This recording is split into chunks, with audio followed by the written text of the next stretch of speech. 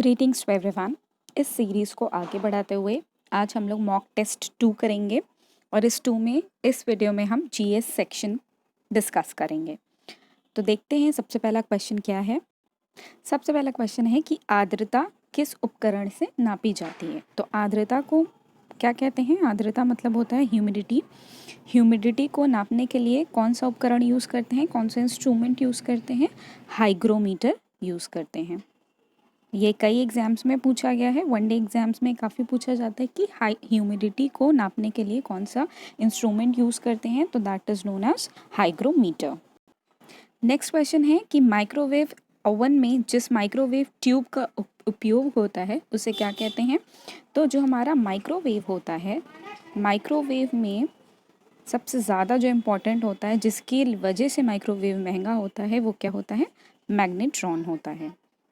इसी के ऊपर पूरा आपका माइक्रोवेव डिपेंडेंट है। तो सबसे ज़्यादा जो इम्पोर्टेंट ट्यूब है वो कौन सा ट्यूब है? Magnetron tube.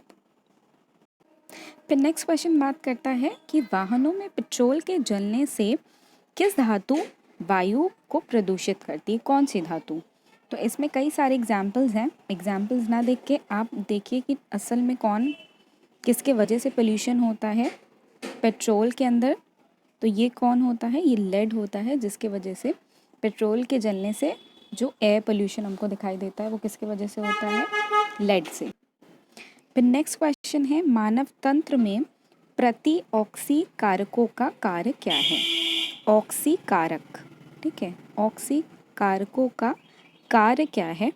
तो इसका आंसर हो जाएगा ये मुक्त मूलकों के प्रभाव से कोशिकाओं को बचाते हैं। ठीक है, ये हमारी कोशिकाओं को किससे बचाते हैं? मुक्त मूलकों के प्रभाव से। फिर नेक्स्ट क्वेश्चन है जो कृत्रिम उपग्रह होता है।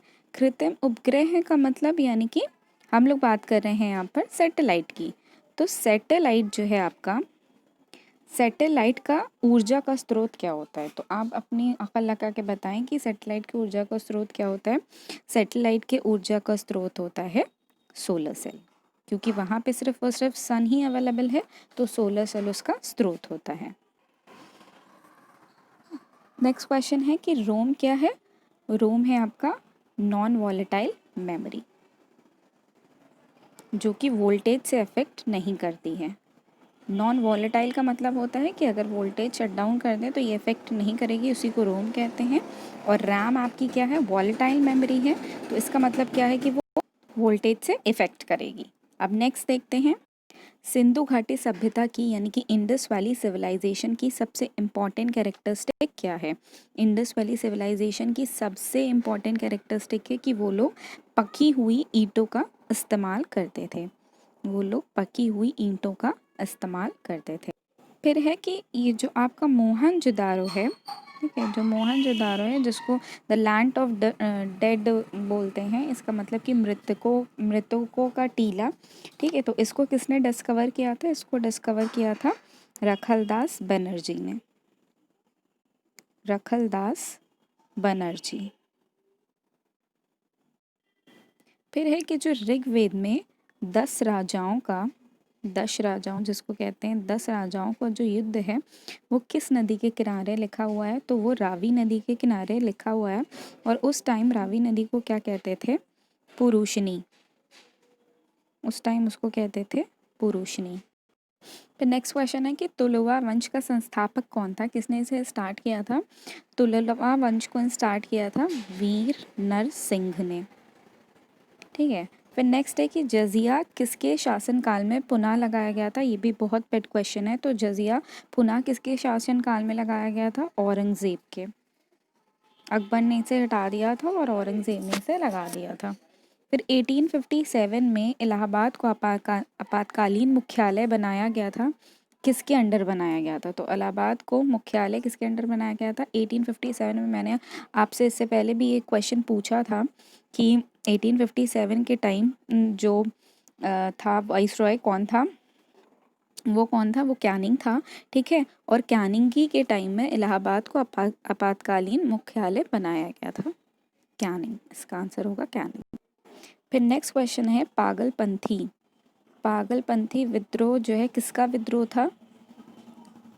ये विद्रोह भी बहुत इंपॉर्टेंट होते हैं। मैंने विद्रोह के लिए एक पर्टिकुलर वीडियो बनाई है, इसका लिंक मैं डिस्क्रिप्शन में दे दूँगी, तो आप लोग ज़रूर ये विद्रोह वाला देखिएगा, बिकॉज़ विद्रोह वाले के जो ईयर होते हैं इससे भी क्वेश्चन पूछा जाता है, ये कहाँ स्टार्ट हुआ था इससे भी क्वेश्चन पूछा जाता है, और किसने स्टार्ट किया था इससे भी बहुत क्वेश्चंस बनते हैं।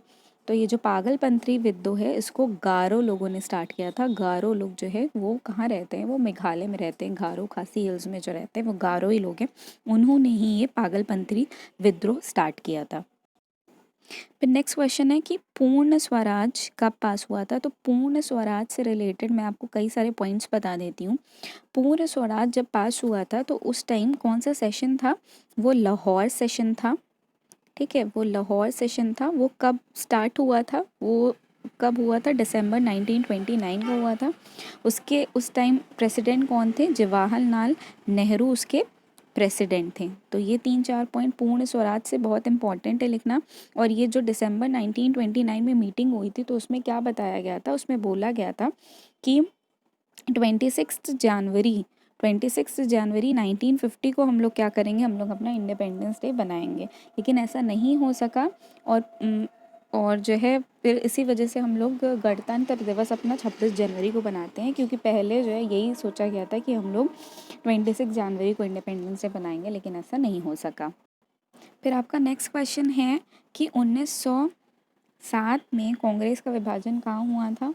तो जिसको सूरत स्प्लिट कहते हैं, सूरत का विभाजन या कांग्रेस का विभाजन, ठीक है, जो कि 1916 में जाके ये लोग मिल गए थे लखनऊ पैक्ट में। ठीक है, तो 1907 में क्या हुआ था, 1907 में विभाजन हो गया था, ये लोग अलग हो गए थे, स्प्लिट हो चुके थे, और 1916 में लखनऊ पैक्ट के आते ही ये दोनों साथ में मिल गए थे। ठीक है, तो अगर आपसे पूछा जाए कि 1907 में सूरत स्प्लिट में क्या हुआ था, तो कांग्रेस में जो मॉडरेट्स और एक्सट्रीमिस्ट हैं, ठीक है, नरम दल और गरम दल ही कहते हैं शायद, तो वो लोग विभाजन हो गया था, और 1916 में जाके वो लोग यूनाइट कर गए थे। नेक्स्ट क्वेश्चन आपका कैबिनेट मिशन से रिलेटेड है। तो कैबिनेट मिशन में सबसे पहले तो कितने लोग थे ये भी आपको पता होना चाहिए। तो इसमें थे आपके पैथिक लॉरेंस थे, फिर थे एवी अलेक्जेंडर,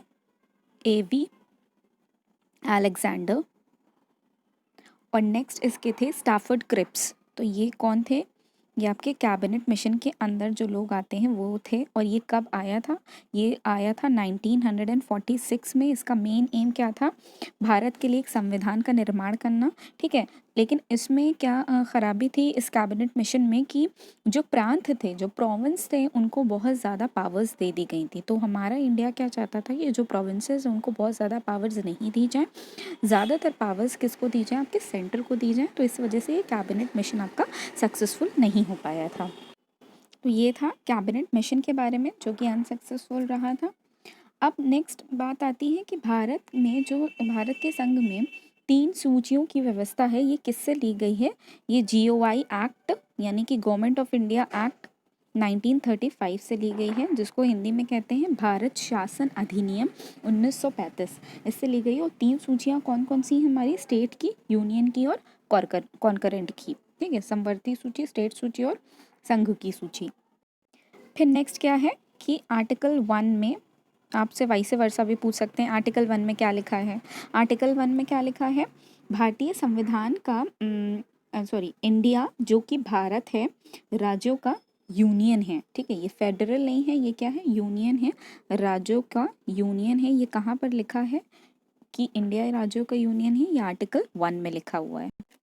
फिर नेक्स्ट क्वेश्चन है कि मौलिक अधिकार यानी कि फंडामेंटल जो राइट्स हैं आपके, फंडामेंटल राइट्स कब इसको सस्पेंड किया जा सकता है। तो इमरजेंसी प्रोविजंस के टाइम आपके फंडामेंटल राइट्स को सस्पेंड किया जा सकता है, वो भी आर्टिकल 20 और 21 के अलावा बाकी सारे आर्टिकल्स सब सस्पेंड किए जा सकते हैं, यानी उन्हें निलंबित किया जा सकता है। ठीक है, तो अगर आपको मेरी वीडियो पसंद आई तो लाइक ज़रूर करें, सब्सक्राइब करें और शेयर करें। नेक्स्ट वीडियो में मैं और क्वेश्चंस लेके आऊँगी जनरल अवेयरनेस के ही, फिर उसके नेक्स्ट वीडियो में हिंदी के क्वेश्चंस लेके आऊँगी। So stay tune and keep studying, stay blessed. Thank you.